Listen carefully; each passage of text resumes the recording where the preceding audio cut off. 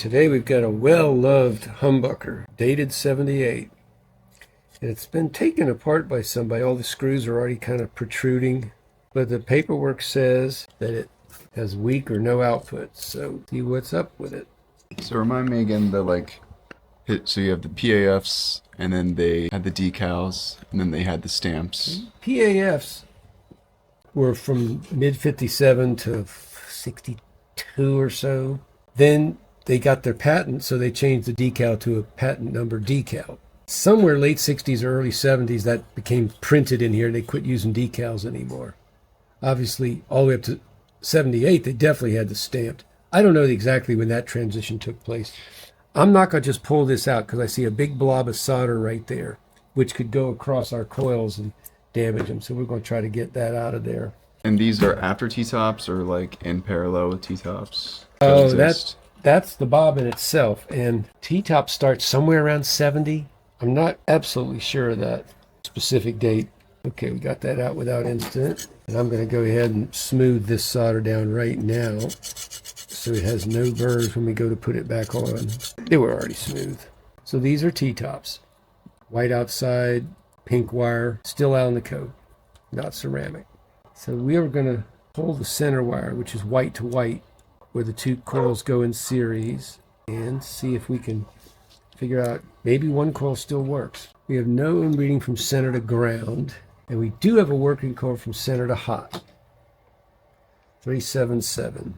So let's take a look here and find out which one is center to hot. All right. Separate these because we're going to have to anyway. That's this coil, was center wire to hot. So we'll go ahead and unsolder that, and this is the one we'll work on. That's had some kind of, see all the crud on the top of these bobbins?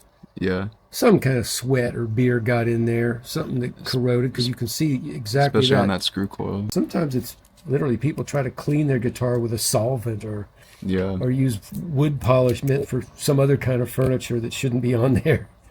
So now we got to document south to screws. And when taking a humbucker apart, it's very wise to keep the keeper bar in exactly the position it always was in. I'm going to do this by hand. I don't know why it's so tight. I feel like I'm the first person who's taken it apart. There, it's loose now. At some point they went from wood spacers to plastic. This plastic stuff. Yep.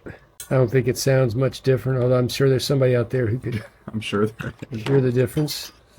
All right, since these threads are in both the keeper bar and I want to keep this just like that, so I'm going to put tape on this top side, and so we can put it back the same way. Otherwise it'll cause like some difficulty. Well, the threads may not line up.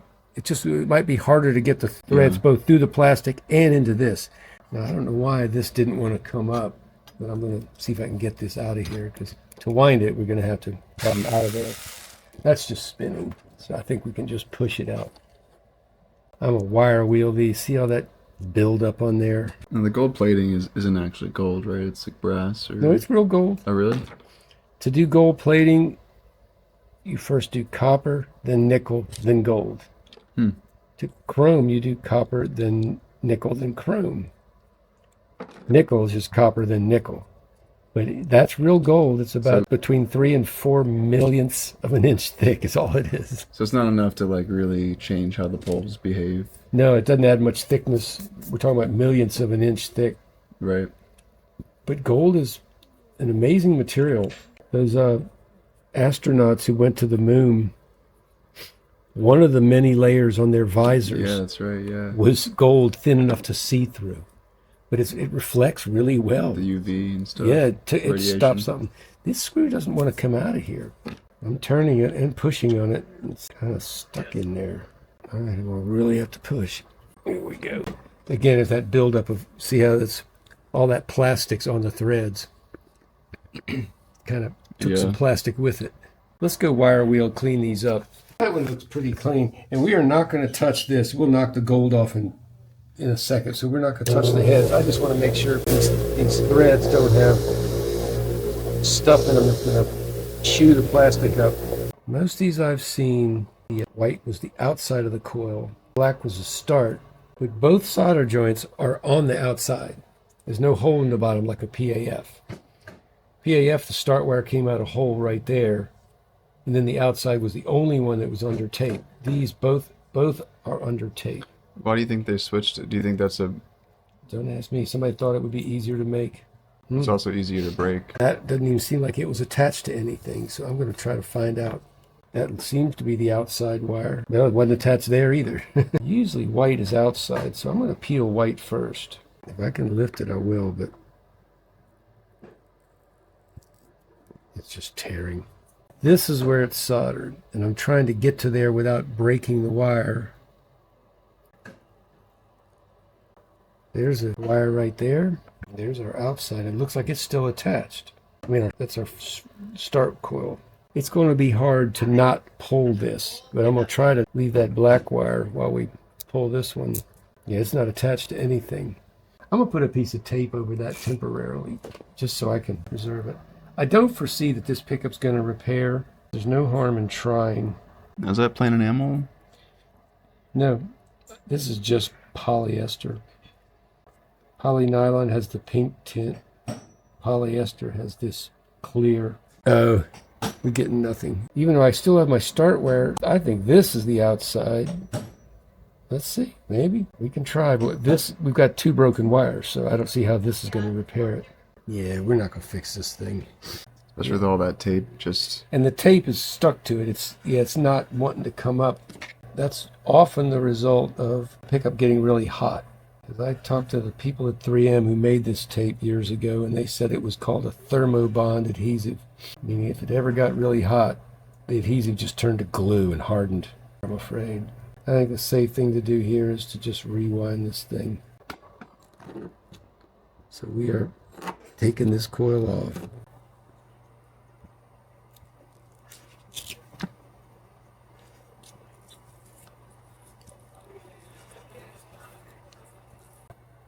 Good, this is not warped. The older coils, the butyrate PAF bobbins, these two sides are no longer parallel.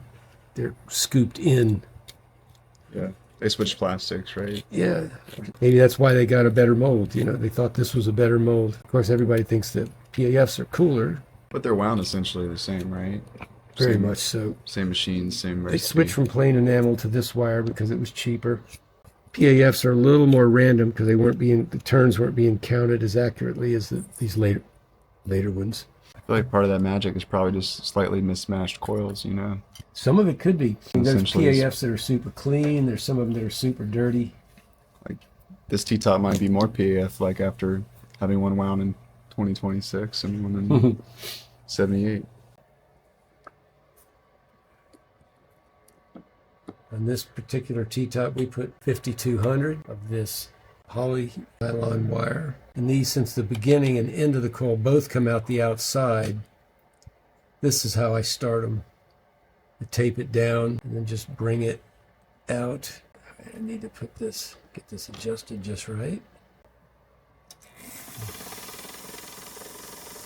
It looks like I could adjust it to the left a little bit. That's how that's done. I'm putting a new lead on it right now, and this will be part of a little film we do. So yeah, look for it and enjoy it. It's your pickup.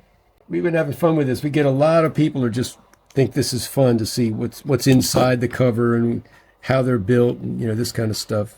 I'm glad I reached you. I'm fixing it today. So take care. But is the original owner? Yeah, he bought it new. Nice. Isn't that kind of cool? That's really cool. All right, we got 1,000 turns to go. Pull this off the machine. Get some of this wire tape first. Since I don't have the black paper tape that's archival, we start it with this 3M product that's true electrical tape, and it will not, age the copper. Then we'll put a finishing paper tape that's not literally archival, but it'll make it look right.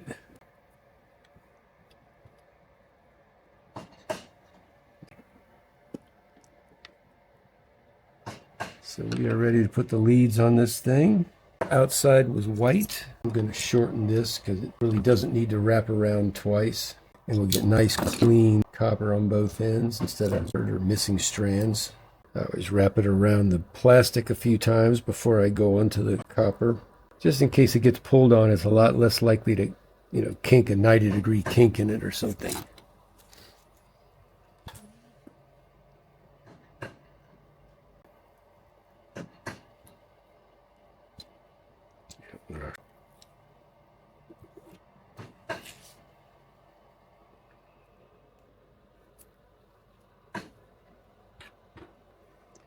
Now we'll do our finish wire. I'm going to put this like that. So again, no stress on it.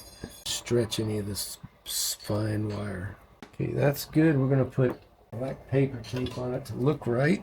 Let's test it. V88. Perfect. So that's exactly what we want. And I'm going to put screws in before I get it all. That one's just pushing through.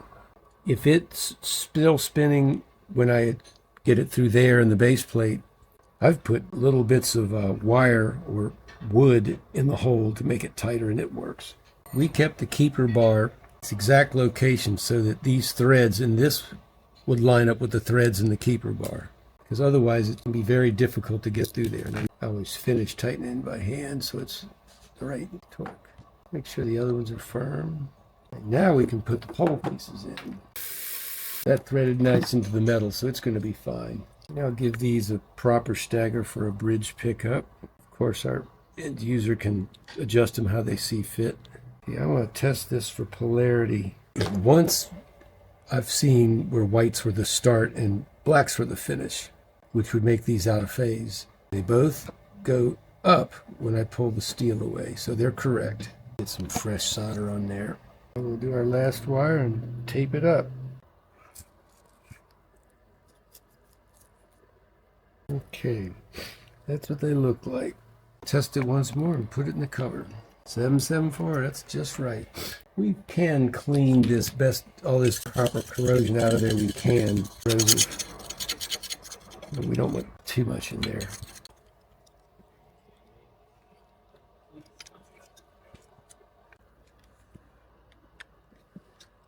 That's what we want to see. Lined up perfectly. This was not sticking to this base plate very good. I have to put a little more rosin on there, I think. That looks better. Is rosin and flux the same stuff? Yes. Just different names for something that does the same job. And they may even be the same chemical. It's some kind of acid that isn't but so toxic and Just cleans the kind of etches. finish. All right. Test it one last time and we're done with this one. 7.9. It got a little bit of warmth from us cooking that. It'll go back down to 7.